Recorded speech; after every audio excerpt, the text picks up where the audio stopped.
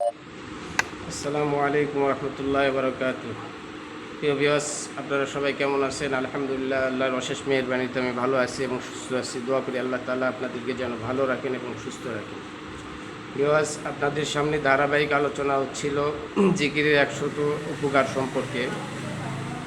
গত কয়েকদিন আগে আলোচনা করা হয়েছে 20 নম্বর পর্যন্ত।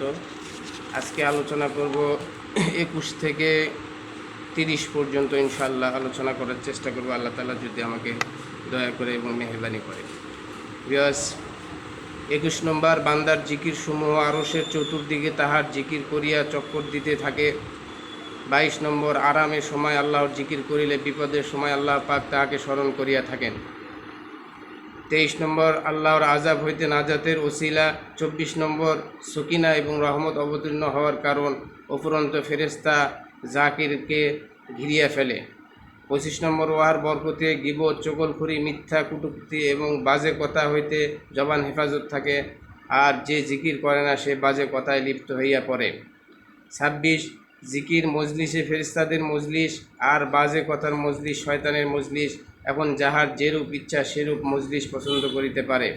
27 নম্বর, জিকিরের দরুন জাকেরও যেমন নেক বক্ত, তাহার নিকট যে বসে সেও নেক বক্ত, আর গাফিল নিজ যেমন বদবক্ত, তাহার নিকট যে বসে সেও বদবক্ত। 28 নম্বর, জিকির কিয়ামতের দিন অনুতাপ হইতে রক্ষা করিবে, আর যেখানে জিকির হয় না কিয়ামতের দিন ওই মজলিস অনুতাপের কারণ হইবে।